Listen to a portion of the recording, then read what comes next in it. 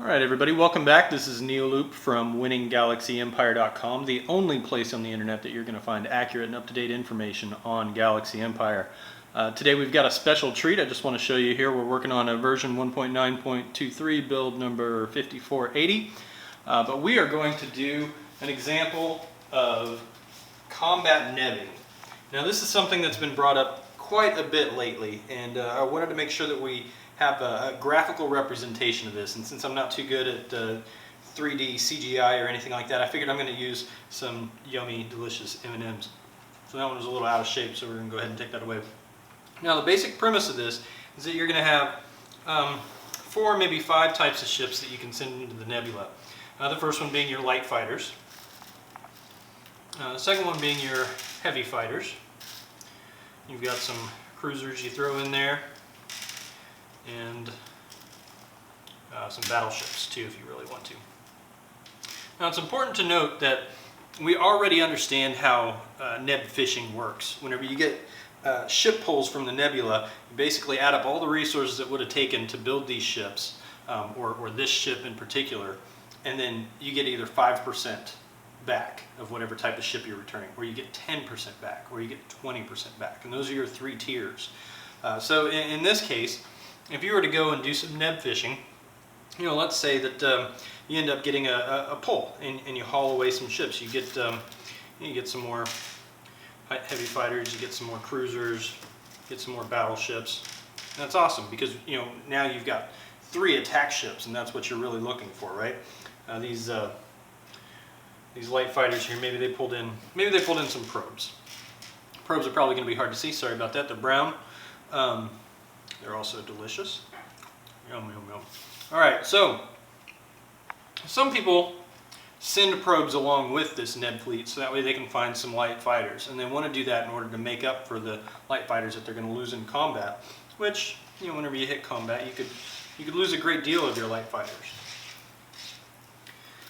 But then you're back to neb fishing again, and you find some more of these. It's okay. And then, obviously you found some light fighters and maybe some more probes, and your fleet's going to continually build. It's important to note that this is very gas inefficient. Now I know that we've had some recent events lately that have given us lots of gas. We've been able to combine the defense build event to finish in the same time as the gas build event, and you're able to build your proton cannons and just get extreme amounts of gas. I mean, we're sitting on trillions of gas canisters right now, or trillions in gas inside of canisters right now. So it might not seem like it's that big of a deal that you're using a little bit of extra gas, but eventually these fleets are going to get bigger and bigger, and it's going to get to a point where you can no longer economically afford to send all of these ships into the nebula every single time, because you just can't afford the gas. So any of the ships that you find now, they stay on your planet. Meanwhile, you continue to lose some light fighters, which you throw back in to make up for it. But as you continue to find more ships, you can't invest any more gas into it because you can't sustain it. You can't grow. You've either shrank to a point where you've used up all of your gas. If you've done that, you've made a terrible mistake. We have an ally who's done that. His name is CSI. He sacrificed a lot of gas in order to grow up and get a lot of power, but now he can't even afford to send probes to the nebula. He doesn't even have the gas to do that. You'll keep running into combat, and you'll keep having to move your ships up there, and ultimately what's going to happen is you're going to have a nice buildup here of your combat ships. And say some of these probes here come back in the other civil ships. You've got some small cargo, some large cargo, some recyclers and stuff. So those are kind of spread out among a few different ship types. But you're eventually going to have nice large buildup of all of these ships.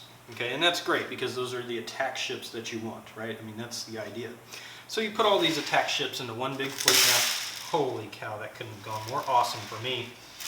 Now I get to eat those.